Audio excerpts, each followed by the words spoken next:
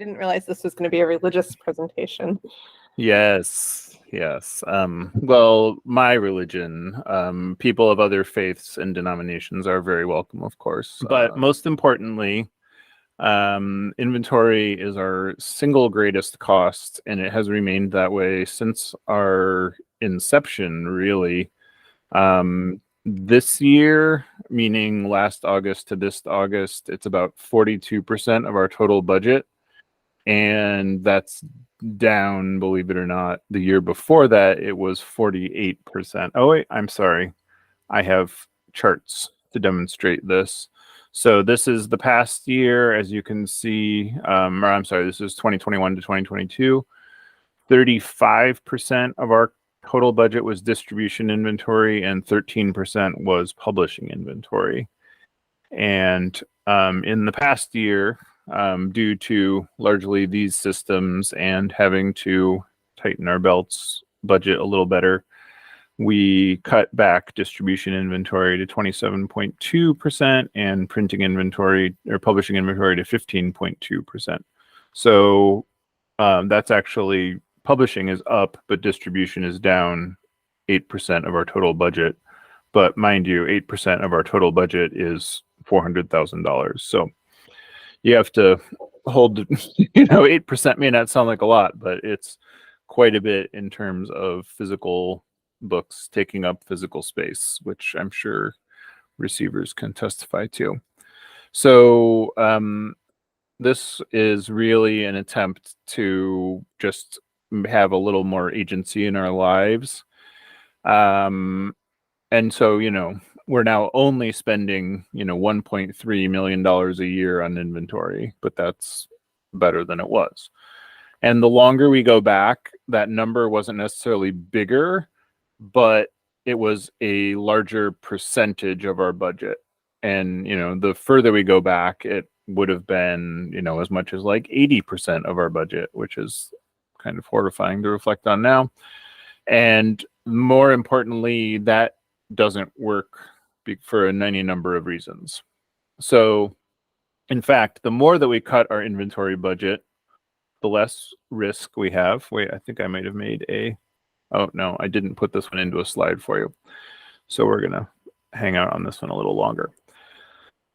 The more that we cut our inventory budget, the less risk we have. Risk meaning job security, meaning future having to not make brash moves without being able to see them coming. Also, the faster we grow, which is kind of interesting, by spending less, we grow faster. And the greater flexibility we have in how we develop our budget, meaning it's just like a lot easier to turn on a dime. And that's been, that's maybe not that surprising because you have greater adaptability. You don't know what's going to happen tomorrow. So by playing it a little bit safer, you can adapt more to the reality of changing situations. And that's been, if anything, probably the biggest thing that I've learned over the last 20-ish years. So the more efficient that we are with our inventory in and out the door, the more of that money moves to wages and profit sharing. And that's it's really that simple. So inventory isn't about what we're holding. It's about what's called a turn ratio. So it's like how quickly what goes in the door goes back out the door, with a few exceptions where essentially stocking up in some cases is to our benefit. So the two very most popular questions regarding this are, why do we have so many copies of this book? Or why do we have so few or none of this book? And believe it or not, there is always a reason to answer both of those questions. And usually it's a good reason, and usually it's not a matter of something gone awry, but in fact, a carefully calculated plan that is coming to fruition. And we really tinkered throughout the pandemic to figure out what the optimum outcomes for inventory management and turn ratios would be.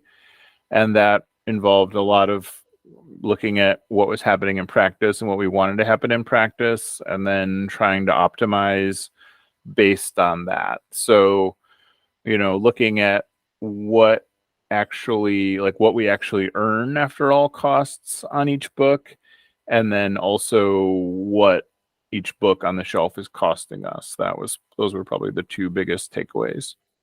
And now we're ready to move along to the next very exciting slide, which is called the 6 kinds of inventory, which are fairly self-explanatory. Front list books, which are like books that we publish that are new books that haven't existed in the world or haven't existed in our edition from our publication previously. So that's like, when If Animals Could Talk, the coloring book comes off the truck, that's a brand new book that's never existed. It's never been in stores. So, it's largely untested.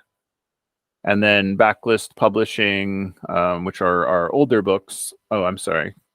Our bestsellers, because if they aren't bestsellers, then we really aren't worried about inventory controls because they're not going to reprint. So it's more about getting rid of them than it is about figuring out how to manage their inventory.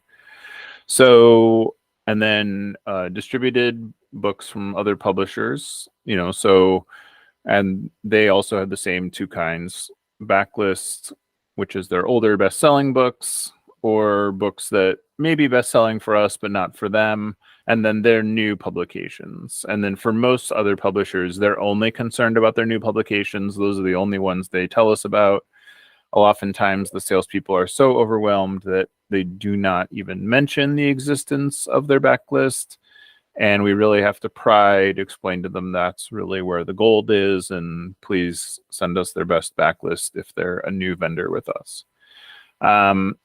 And then we have remainders, books that, I put failed here, but I wouldn't say that they failed necessarily. Remainders are more books that were overprinted, or in some cases, the cost of moving the books around is not worth the outcome. So for a lot of publishers, they will get returns to an inconvenient location, and they would rather sell those books to us for nothing than pay to have them returned to them. And sometimes this is like legal reasons, like a contract ran out, and so they can't legally sell the book anymore, or they can't afford to pay for space for a book because they're paying a third party for storage and fulfillment. Or in a lot of cases, if it's a bigger publisher, it's for tax reasons. Like they don't want to have to pay the tax on that inventory. There was a famous court case where it was concluded that publishers had to pay tax on all inventory in their warehouses at the end of the year because at the replacement cost, because there was a very unrelated tool and die company that tried to claim that stuff, that they could replace it for less than the cost of replacement, and the government stepped in and said no, and that had dramatic effects on the publishing industry. And then you have stickers, buttons, magnets, and I'm like, I kind of waffle on like where if zines land in sidelines, or if they're best-selling backlist, or if where they would go exactly. Most people would probably look at them as sidelines, but we kind of treat them more like our best-selling titles. So, what do we know?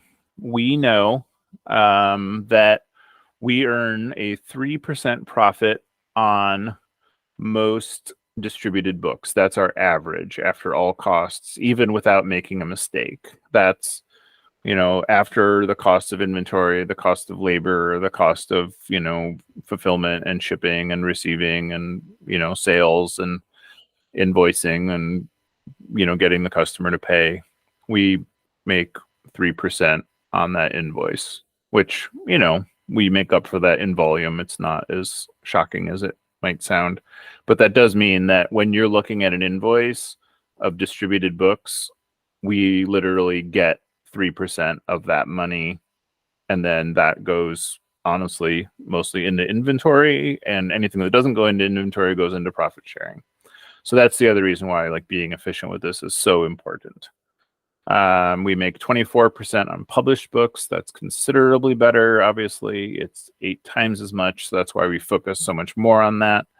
And then we earn 25% on remainders, which I will point out to you is the most of any of these items, literally more than we earn on our own publishing. And so, and that's why we put so much effort into that. That's why we go to the remainder shows and why we, meet with those companies and have those relationships and add every vendor we can get, is because we have created a unique way of reaching retailers with those books that for some reason nobody else was bothering to do. And now we kind of have sort of a handle on that. So unsold inventory of distributed books is literally the greatest cost and crutch, bar none, within the entire organization. That's like the number one way we could screw things up, is just like having too much unsold inventory. And at that point, it's not just the inventory costs, it's the cost of unsold inventory. So it's like when we buy 10 and sell 6, we've lost money because we're making 3% and we had to buy those other 4 copies. So the 3% doesn't cover those other 4 copies. So this is the piece we have the greatest ability to fix. And as you probably have experienced in any time you've touched books, labor and space are the greatest commodities. Books take up a lot of space. There's a lot of handling involved. There's, so labor and space. Behind inventory, those are other hidden costs, secondary costs, externalities of inventory, let's say, if we're being economists. So we look at the risks and we try to mitigate them.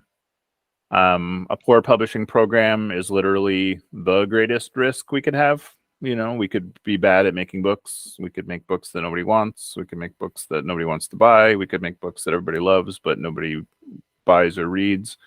So we really need to look at that as the greatest priority of the organization, because that's, even though we make more money from selling remainders, obviously we aren't buying remainders in the quantity of 3,000 to 10,000. We're buying them in the quantity of what can fit on a shelf. So that's number one. And then unsold distributed inventory is, believe it or not, our second greatest cost, because it's about 5 to 10 to 1, 5 to 10, so like 500% to 1,000% greater cost per book. And that, and that's where the percentages get a little scary as you get up there in numbers. Obviously, the greatest unknown is that we don't know how many copies of something new will sell. And the industry is entirely built on hype. Everybody will tell you about all their promised media placements and how they're going to get this key review in the LA Times, and how, this Jonathan Franzen is so pumped to talk about this book and has committed a blurb, which is the word for promised but not executed. So you just run into a lot of that where, or in a lot of cases, I sent out one on water cooler a few months ago where the publisher had, said that, this is going to be our book of the season. We're going to print 100,000. And, the sales were dismal. They had, more than 80% were available. They were selling them on auction because they just didn't sell. But they really tried to make it seem like it was going to be successful as a sales tactic, which is not a great sales tactic. You have to have people that actually want the thing, and that's fundamentally publishing, like you have to make things that people care enough about to tell their friends about. And that's not something that can be known until 3 to 12 months after publication, unfortunately. So, and then we look more at what the best practices are, so being financially a little slower is better, growing slowly, building up incrementally, mitigating risk. That was probably the best advice I've ever gotten, where, it was told to me very plainly, like, most publishers go out of business because they print too many. And I would say, oh, what are the other common problems? And they're like, That's really the only one. They print too many and then they can't sell them, and then they go out of business because they just keep doing that and they can't learn from that mistake. And and like, rather than being like, oh, okay, yeah, that makes a lot of sense, I was like, well, surely that won't happen to us. And so we, mimicked that for a period of time where, it used to be that it was very easy to sell 4,000 to 5,000 copies of everything. And now it's more easy to sell 2,000 to 3,000 copies of everything, just over a greater window of time. And so, but we didn't cut back our print runs as fast as we should have. We were a little slower to be like, oh, okay, well, we can sell 4,000 to 5,000 of anything. So even though other people are having these problems, that won't reach us. And then, it's harder to look at what's actually happening, emotionally or otherwise. So building upward until you have enough data about what should be on the shelf. I cannot stress it enough. Except that we will lose some sales for the greater good of stability, meaning that like making that money is actually less valuable than continuing to fight another day, and that's harder to understand sometimes, especially like when the customer doesn't have the patience. But we're looking at it now where we can get books turned around a lot faster. And that's been really interesting to see how, even at a time where like there's allegedly labor shortages, I think people might have just overstocked on printing so much that we can get books pretty quickly, whereas we would be waiting weeks before. So this is where, we look at each new title in a quantity where we have a 99% chance to recover, to like make back the money we put into it. And that just seems like was a hard best practice to learn. And so, what does it cost to have additional stock on the shelves? Typically for a distributed book, it's 5 to 1. For every unsold copy on the shelf, we have to sell 5 copies. So that's difficult. Most books aren't going to have 5 copies to pay for that unsold copy. So this is the other reason why it makes sense to build upward, because it's very easy to lose money on a successful book. When I could finally get secondary advice out of people, what they would say is that small publishers are normally put out of business by bestsellers because they didn't know how to manage them, because they couldn't have books in stock when they needed them. And then they would have too many in stock when they didn't need them. And then they couldn't economically recover from that. So, then the natural question is, what does it cost to lose a sale? We're right back to 3% on distributed books, 24% on published books, 25% on remainders. And then, it's also, in addition to that, the relationship. The relationship is super valuable. So we need to have, in general, the customer trust us. If every order they're getting is banged up and missing things, and we constantly have everything out of stock that they want, we're going to lose more than 3% on distributed books. We're probably going to lose their trust maybe forever. So a lot of that is like maintaining the relationship and being like, sure, we'll get that for you in 2 weeks. Sure, we will fix our mistakes. I'm sorry that we can't perform what seems like basic functions, or this is what's happening in with all of our at our printer right now. And there was quite a bit of that in 2022, if you all remember. And so that leads to where the books come from, which that's pretty straightforward. We're a curator, and that means that we don't want every book. We just want the books that are right for us, So we want the right titles that accompany what we do well, So we want the books that give existing customers a reason to make a new order, like motivation, essentially, or we want new books that partner with other books we have that convince new stores to write their first orders. And that's really the two strategies. And honestly, we wouldn't have the we wouldn't have the distribution program at all if not for the fact of those two reasons: making existing customers write new orders and making new customers write orders. And so how does that work? So Sarah reviews catalogs from just about every adult publisher every year, meaning like she doesn't look at children's catalogs because there's very little in children's catalogs for us. And that's about 100 vendors, give or take, because the small publishers are sold through a distributor, so you get it all in one little bundle. And then she adds the appropriate titles to a spreadsheet uploader that creates new records in our system each week. And then as those titles develop history, they also develop data, so we can sort of see what the trajectory is with those. And then we can place those orders, as much as like a year before the books come out sometimes, as long as like the ISBN has been announced. So for a new distributed title, we usually start with 2 copies unless there's existing back orders. So if somebody has ordered some, we'll get 2 plus the number of orders we have.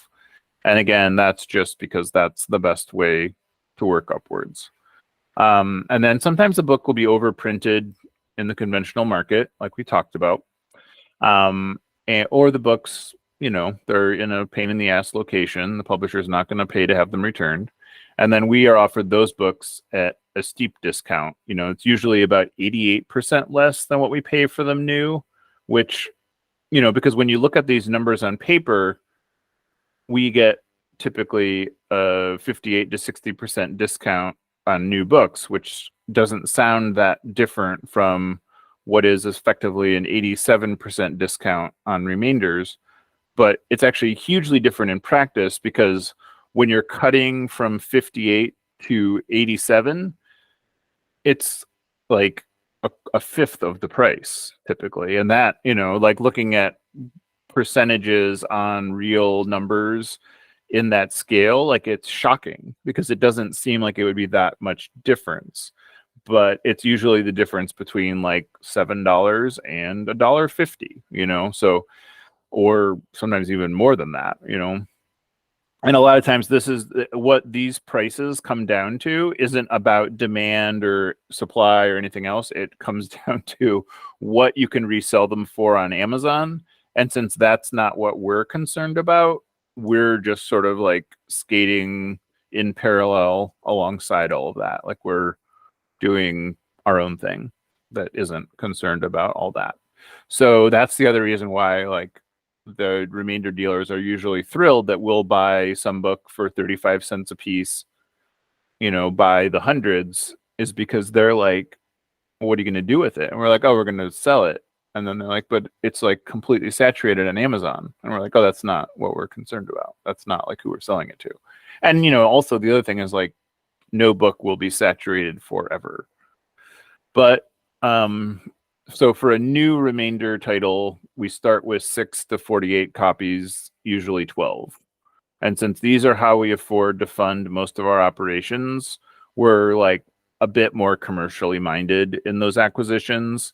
So whereas like when we're buying new books from a distributor, we look at it more from like, what does this book communicate about us? Like, how does this communicate our values? Like, how does this show our idiosyncrasies? How does this really show how like interesting and like dynamic we are? With these, where we could have more that it would just be like the Flowers coloring book, that that would probably be a book we would buy new too, but we go wider, and because a lot of that is what we're finding is that is really easy to get new stores to order.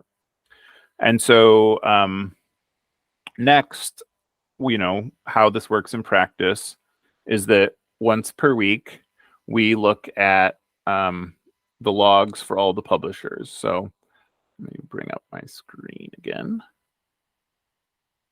And so, we have reports that are fantastic. And those often will show what the system recommends for ordering based on how well we taught the algorithm. And so right now I review the logs for all the publishers with books back ordered in our system, but this is something that we're looking to transition to Lance later this year. And it's funny because it's like, this is not a difficult task. It's mostly spot checks. It's mostly, does this look right? Is anything amiss here? And sometimes you'll see a new book that went on the front page of our website and it sold, out in minutes. So the system is like, oh, you need 200 because it sold out within minutes. And I'll be like, I don't know about that. Let's go with 4, and then we'll see like if it sells out again in a matter of days. And so you're looking at if the data isn't broad enough to be reliable. So essentially, like what this in statistics, you call this like the width of your funnel determines how good your data is. Like the bigger your poll is determines how accurate it is. If you're asking 100,000 voters versus 1,000 voters what they're going to vote for, you're just going to get more accurate information because you're going to reach like a broader range of the population that's going to be outside of like specific, trends that minute, and, people are going to just offer more information the more data you have. So that's the other reason we look at it this way. But on the other hand, if it's like a book like the Crystal Bible, where we conceivably sell 50 a week for the past year, we probably do want to order 200. That's slightly a different situation because we could probably take that 200 a month up to 300 a month if we have it in stock more often. So that's like, but again, we don't want to do that on a new book because we don't know how quickly it'll dry up. And that's at the point that it creates risk. So again, while the job is not very difficult, the stakes are super high. We're spending the largest part of our budget, which could like easily quadruple if we aren't careful. When the system was brand new, I would just like skim the order and I would submit like a $9,000 a week order to Simon & Schuster because I'd be like, well, that's what the system says. That's what we need. So we should do that. But we learned a lot of things in that time. We did actually need those books. The system isn't wrong usually, other than in cases where the data is too short of a window. But what happens is that publishers frequently lose orders, which is kind of unbelievable, but it's also true. Like we'll submit an order and then customer service just won't transmit it or enter it, or they'll, I don't know, who's to say what happens there. And then sometimes, things go wrong in the ERP of the publisher. So somewhere lost in like ones and zeros in their system is our order just sitting there unfulfillable. So we realized that by making more frequent, smaller orders, even if some of those orders are lost, it's less of a big deal. We can just reorder more copies the following week. And so what I did is I talked to both sets of receiving departments and I said, like, would you rather get all of the copies of this book, or would you rather get a few a week that you then shelve instead of putting away a stack at a time? And both actually said, I'd rather receive smaller quantities with regularity and routinely. And I was like, okay, that's great, because that actually works better for the way I'm looking at this too. So then we backed it up and realized that if we do it this way, it keeps the title in stock because it's really easy to meet our minimum orders, which are usually 50 to 100 books per order per distributor, or I'm sorry, per publisher or distributor. And that keeps the best-selling titles, on each week's reorders, so that we're just constantly re-upping those titles. And then that helps us to build up the rest of the order if we need new titles, or if there's other stuff that's like an aberration that, we need to reorder, but don't need to reorder very often. And so we want to order as close to the minimum order for each publisher as possible, because that gives us the greatest flexibility with the next order. And so this is kind of how less is more. And, just because, like, again, we don't know what's going to happen tomorrow, so it's better to plan it out a little better. And then the other thing that was kind of shocking that Sarah observed is that as there was other books were sold out more often, we began selling books that we didn't normally sell, which was kind of a fascinating, change of customer habit. And so there's a lot of odd behaviors. So, we work with sales reps at the publishers, but they tend to just recite the hype of the new book. So that's not terribly helpful. So we are kind of left on our own to do the hard work of like figuring out what works for us. I once had a sales rep at a publisher spend our entire first meeting for 1 hour talking about how great he is of a salesperson and how many awards he has won. And I mean, to this day, he's our least reliable sales rep. He loses the most orders. He has never recommended a single title to us. And I have convinced most of his publishers to let us order directly because it's just better that way. But on the other hand, I think this experience sort of summarizes so much of what people experience in publishing in a nutshell. And so on the other hand, it can be frustrating when a book is out of stock, especially when a customer wants it. Though, there's the variety of problems that can cause it are pretty voluminous. A book might be reprinting at the publisher. The publisher may have lost the oldest order that we think is coming but isn't, or we may not have placed our weekly orders for the new book yet.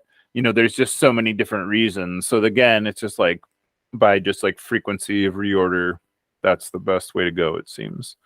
So our database predicts arrival times based on the average turn and fulfillment time for that publisher. So if Hachette takes an average of, I think it's something like 24 days, then our system puts in a date that's 24 days from the date that we order. If, some publishers are significantly faster than that, so that might be 7 days, 12 days. I've seen some that are 5 days, and that's the average, meaning sometimes it's faster than that. So the database tracks which titles have sales trending up or down, which informs ordering, meaning like, we're looking at this title used to sell this many on average, but this quarter it's actually up by 33 copies. And you're like, okay, that's really good to know in the moment. And we'll look at that a little closer when we get into the nitty gritty. But so we're going to look at some example orders right now. So for example, front list publishing, your favorite. And this is just the stock report. You can look at it over here. And then this is the list for Versa, who is the printer we use the most often. And so these are books that our system has flagged as needing orders. So it wants us to order 468 copies to Cleveland of the brand new Bicyclist's Guide to the Galaxy. But we're probably going to order 2,000 of this title. And then so 1,800 of those would go to Cleveland. And then 200 of those would go to Portland. And then we would continue to build where we're not going to reorder more of the first edition of Consensuality. We are not going to order more of the licensed edition of How to Protect Bookstores, which that's what we use when we sell a license. So I'm going to delete those two. We are not going to order more of the ebook or the first edition of Born to Be Weird. So we're going to delete those. But all these are real-time data. So if you input an order right now, it would add, well, I guess it would subtract from this quantity, and then it would increase the suggestion. So these are what you can see in this column are things that have been ordered. And so we don't need to order more because they're already coming. And then, so like, for example, we haven't yet ordered the Unfuck Your Business workbook because it is a spring title. And mostly true, don't get me started, but mostly true, the initial order will be 5,000. So it'll look more like that. And then similarly with the anger workbook, with, Kink will probably go to print, I don't know, sometime in the next few weeks. And so that'll be, that's like a 3,000 title. So it would take 2,500 to Cleveland. And, this is kind of, oh, we sold out of Unfuck Your Brain today. Good work, whoever put that order in. I did not see that one happen yet. So that is a great example of things that, so like I've been talking to the printer about getting more of these, but that hadn't happened yet. The last time I pulled up this page, we had, 600 in Cleveland and, 400 in Portland. So I was like, okay, well, that can wait a few more days. But so that'll have to go in, and then, Unfuck Your Body is going to reprint. That's another one that where we're getting close. Not quite yet, but so you can see here on my mouse here. So this 603, that's what we sell during our average 90 days. 37 is the safety stock, meaning the average order has 37 copies on it, meaning, and that's like for mathematicians among us, that is a mean, not a median. So if, there's going to be hundreds and hundreds of orders that are just one copy from, when we did the Kickstarter. There's going to be some orders that are 1,000 copies or 600 copies or whatever from, when this book was new. And then, but the average works out to 37. And then the average month we sell 188.49 copies. So, and then, but you can see below here, the past quarter, it was down 24 copies. So that gives us a little more time, because as you can see here, our average month is 188, but if the quarter is down, we actually have enough books for like more than another month. So I would probably sit on that a little bit. But How to Resist Amazon, it's a different story. It's trending up. So that's another one that would go to print this week, because, we don't have enough. And like, we're going to sell a lot because we have the new book by the same author. And then as you can see here, like this is an older title, The Institute's Guide to Portland. We sell 2920 during our average quarter. The safety stock is kind of outrageous because of, it doesn't have as many orders, and some of them just sold tons. And then our average month is still 362, which is actually less than our safety stock, which is kind of wild.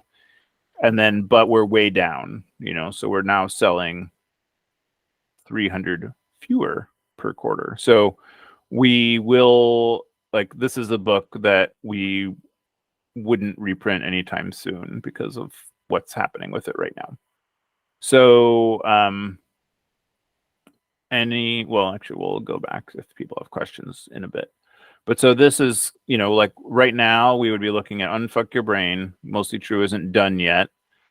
How to Resist Amazon would reprint, and then, but we would wait on this. So I can go down here and say save for later, because it's not quite there, but I don't want to delete it, because, and anything reappears on this list anytime it's under 90 days. So if you sold one more copy of Unfuck Your Body and I deleted it, it would reappear. So that's like kind of the foolproof system.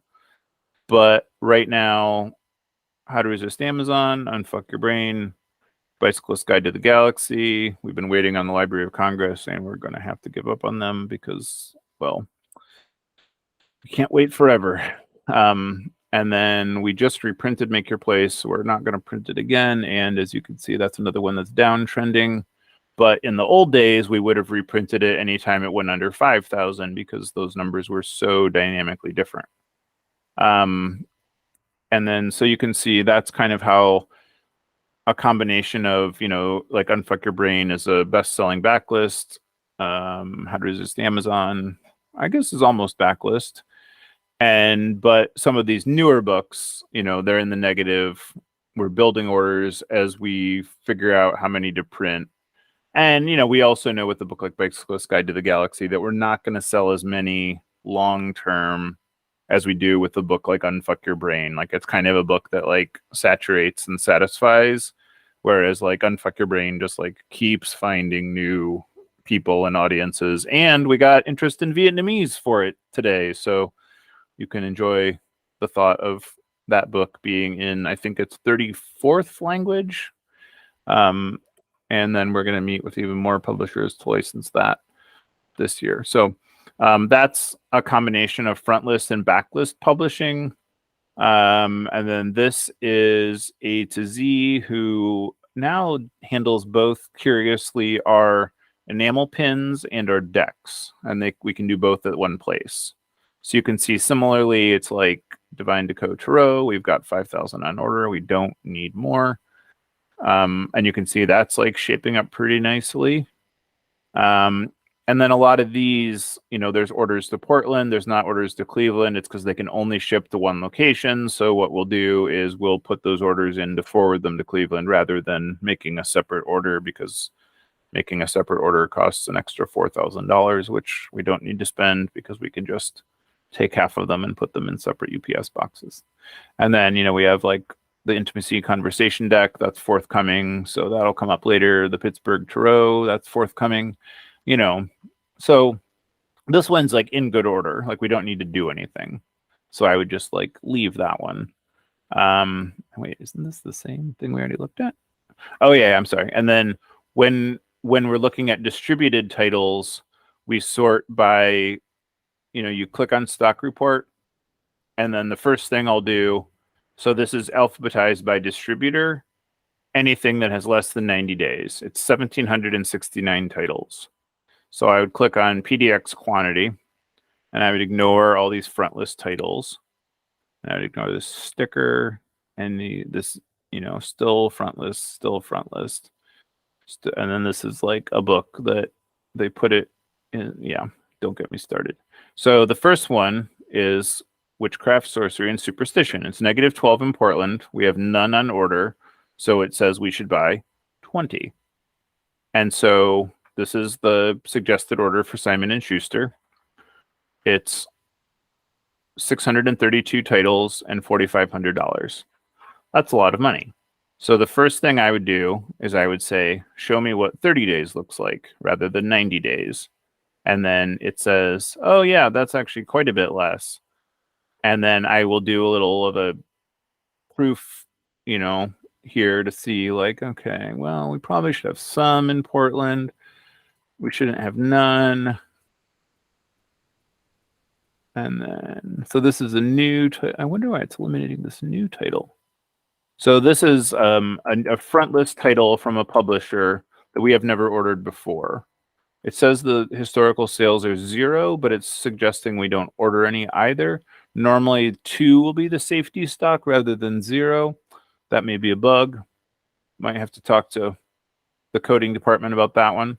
But so anytime there's some in Portland and we have more than 30 days overall, I feel comfortable deleting them. So this both tells me we don't need any of Real Witches of New England, and it reduced quantities on all these other titles.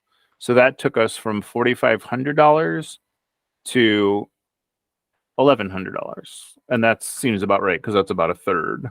So really the thing we need is this Witchcraft, Superstition, and Sorcery. But, we need to meet at least 50 titles to meet our minimum. So what I would do here is I'm like, we don't actually want that. Like, this is a book we sell in Cleveland. We don't need those in Portland. So, and then similar, well, that one's a little different. And so, but there's things like that you just know with time. And so that's really the skill level, is being like, do we actually need this in Portland? Like, or is it just because someone tried to enter an order and then move that order to a different location? And so I'm just going to whittle this down quickly so we can submit this order. And then as long as we meet our minimum, and then I normally delete the ones off if we have some in stock, because again, there's just like, it's a little silly to order 1 and shelve 1. It feels like 2 is a good baseline for that. And so sometimes I'll increase it to 2. There's a book by my friend that we reorder all the time, which is fantastic. And then this is, so I took all the ones off and I cut it down, and we're at 84. And so you can sort by quantity and be like, okay, this is the one we actually need. And some of these will come in damaged is the other thing. So you want to go a little, even if we need 12, you don't ever want to just order 12, because what'll happen is we'll get like 3 damaged ones out of 12. So that's like another consideration that can be a little maddening. So here we are, we're at 78 books. And then a little bit of a rush. And then they don't need this information about freight routing or prepayment, so I delete that. And then $584, we're going to submit that order. And then that went through. So, and that's based on, like, because it's the sales data. So that doesn't, you can kind of go that quickly once you understand what you're looking at and what you're doing. And then for remainders, it's a little bit different. Like, we get inventory sent to us.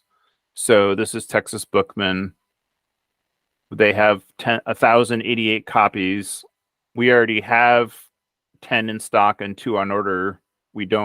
It's not really selling, so we wouldn't take any. So that's kind of the same as like with publishing. And with this stuff, we really want to look at it as like sorting by what we sell the most of. So, and we're like in pretty good order.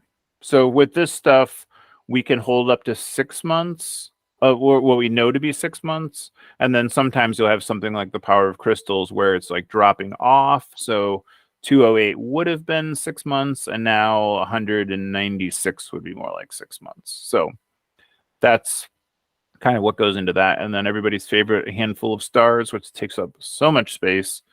It says they have 1 copy. That's strange.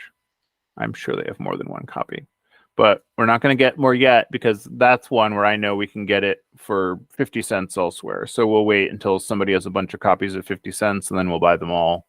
And then, you'll get like a bunch of those. And then this is Sidelines. These are stickers. These are some new stickers. These are some reprint stickers. So like the minimum on these is $250, but it only costs us $26 to get $250. So that's, this one's pretty straightforward. People need to know that prisons are America's finest slave plantations, with that sticker that is 25 years old. And so this is kind of how that works. We need at least, as you can see, oh no, actually that's not correct. I think the minimum actual order on stickers is like 18 times 250, whatever that works out to. And then zines are similar, where we can kind of juggle what 90 days looks like between the 2 warehouses. So on, the Joy of Less workbook, which I still am not sure if that's a joke or not. But either way, it's not in print. And so we would look at this from like, what do we have the least of in Portland? Since this is like, we're looking at location in Portland, and we need more mindfulness and meditation. We need more Rough Guide to Consensus. Wow, that one really has started selling. That like sold so little for the first few years. And then, some of this stuff like xerography debts, like rather than printing more, we would just transfer from Cleveland, because what's going to happen is these are going to sell fewer and fewer over time as they get older. And then I did find 5 copies of Coffee Shop Crushes the other day, so that's exciting news. And that's another one that's like, I think it's from 2000. So that one's older. But a lot of the, so there's nothing like super pressing other than Unfuck Your Mindfulness and Meditation. Like the rest of these could wait a little bit, but we already have an order for that one. So that would be like an impetus to place this order soon.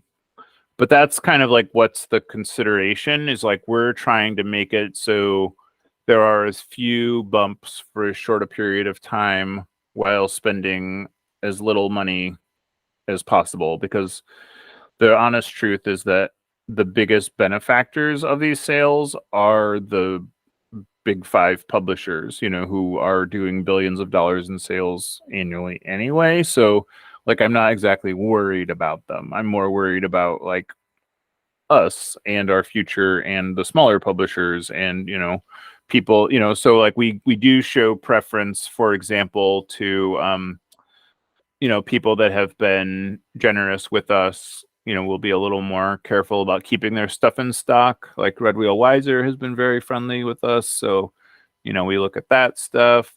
And then the publisher in Pennsylvania, whose name is currently escaping me, they've been really awesome. And, and they were like, at one point they were like, why aren't you buying more of our stuff? Is it not selling? And I was like, oh no, it's selling. I think we're just not being like diligent enough about keeping it in stock. And then so now we've been working closer on that. And Limbo is our titles that we currently can't get, meaning that there's either a newer edition or it's like indefinitely out of stock. And then what happens is that when we upload inventory and it contains this ISBN for you, our psychic, we can get it again. So that's like pretty awesome. So this is like, it's as a catch-all in our system that Sarah created, where when it was like, what do we do if, we don't want to list something as out of print, but we also don't have a way to get it today because it's going to reappear. And, if you upload a spreadsheet of titles and it does contain an out of print ISBN, it will tell you, but it will tell you in hundreds of lines of errors of like titles that it couldn't upload because they're not in our system usually. And so those are, sort of the variety of what we look at. Schiffer is the other publisher that we like do a little more effort to keep their stuff in stock. But it's really the difference between like keeping sales moving and not overspending at the same time. Like those are the sort of the two walls between us. And I would love if anybody had questions, and I'm totally fine if this went over like I expected the P&L to. I have questions. Oh, I should have known. I was waiting for you to interrupt me about like 50 minutes ago. That was when I first had my question, but I saved it. So what are when you're talking about our inventory costs, like are those, do you have any way of knowing, are those normal? Like other publishers, do they have higher or lower percentage of their costs on inventory, other distributors? It depends who you ask. So for a publisher our size, we are very trim and efficient. For a larger publisher, they have like this $1.5 million piece of software that does all that print estimating and like figures that out. Basically they have the thing that we built, but they've had it for longer. And so they're more dialed in and more reliant upon it. So obviously at times that's going to make them more efficient and at times that's going to make them less efficient. So whereas like most smaller publishers are the ones that commit the capital crime of overprinting. So they would have higher inventory costs and they just don't have as many other costs. So most of their costs are going to be inventory. So that's like a roundabout. It depends.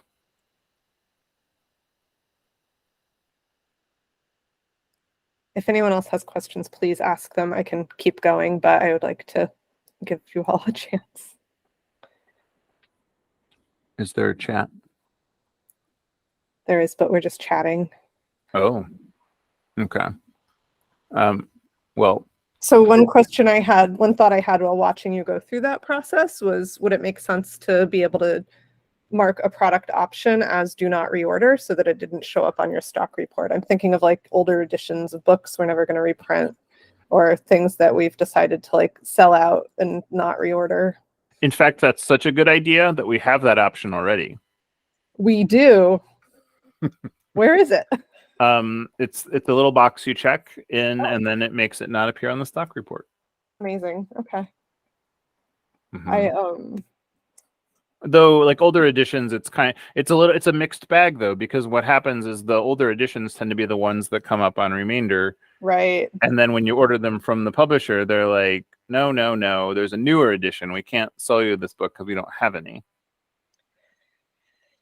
Nice. You'll have to tell me where that box is. One day. And then it might be revealed to you when you become level 6. All right. Something we can all aspire to.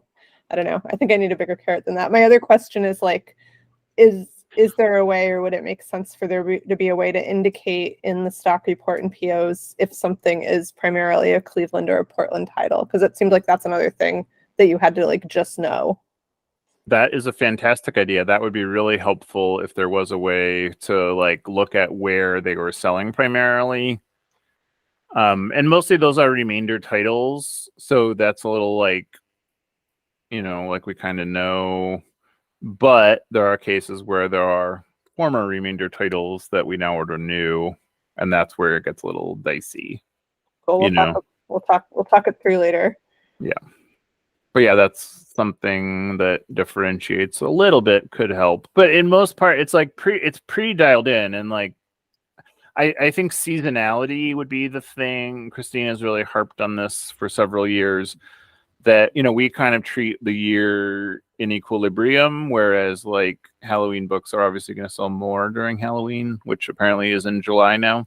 So you want to have those books ordered in June so that they seamlessly appear in July rather than sitting there from when they showed up last November. Relatedly, I was joking. Another question I had is, well, I guess, yeah, is seasonality something that we could program in, or is that something that the ordering person has to just know? That could be programmed in. All right, we'll talk about that too. Another question I have is that when we kind of have a sense that a new distributed title will be pretty hot, I know that it's like really risky to overbuy them, and you normally just buy 2, but do you ever buy more than 2? Like if Christine's like, hey, I know I can sell 5 to this one account, do you go ahead and order 7, or what do you do? In some cases, though, in most cases, the estimates aren't accurate. What happens is like, if it's like we should have 10, the reality is we should have 6. So, and it depends mostly on the minimums. It depends on, so many other factors. It depends on, because it's like, it's definitely true that if like we had 10 of a bunch of new titles, like before they were published, which we can do, that could happen. But what happens in reality is that it's better to lose those sales and to sell them on the reorders than to, do it later. Christine has a request that I'm going to turn into a question. So for instance, we have a bunch of Green Witch in Cleveland, but not in Portland. Do we need Christine to tell us to send some to Portland so it shows up on the website, or is there an automatic process for that?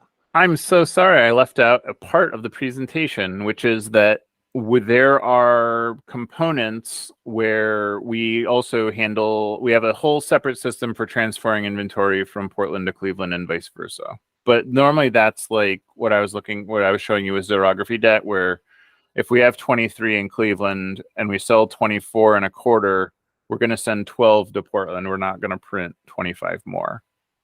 And then, but we have those systems. Sarah and I also receive a daily stock report of like anything that has sold out or has less than 10 in either warehouse. And then from that's often how we build restock orders. However, as I said, this system is not reliant upon me. I'm more just like extending this system to, like I more guided the construction of this system. Like, so it's not like the idea is that like all systems, it would sort of not be dependent upon me to run it forever. So we're over an hour, but I was hoping you could just walk us through real quickly, like what happens when we have 100 items in Cleveland, 10 in Portland, we sell the 10 in Portland, then what chain of events occurs? Well, it depends. So if 100 are in Cleveland and there's none in Portland, it would depend how many we sell a quarter. If we sell 1,000 a quarter, we would order more. If we sell 12 a quarter, we would have Cleveland send 4 to Portland until that whittles down to like a reason. And sometimes what happens like, a lot. what would cause the 4 to be sent to Portland? Like, would you notice, or would you get an alert, or would it come up when you look at the stock report every day? Daily digests, yeah. And then it also would show up on these in the stock reports as well. But we also get like a backup daily digest that says these are sold out and or understocked. That used to be all we had. Yeah, you used to have to go through line by line the like however many lines of inventory sold the day before. Yeah, and like just for perspective, like the processes Joe just showed you on the screen, I know it looks like Joe is having to know a lot of things in order to do it, but every single one of those decisions about every single one of those titles, Joe used to have to make those decisions and do those calculations manually in a spreadsheet and literally would spend 8 to 16 hours a day doing this. Yeah. And that was So it's much obviously. less Joe reliant now. Joe, you can go and learn from the aliens, take a sabbatical.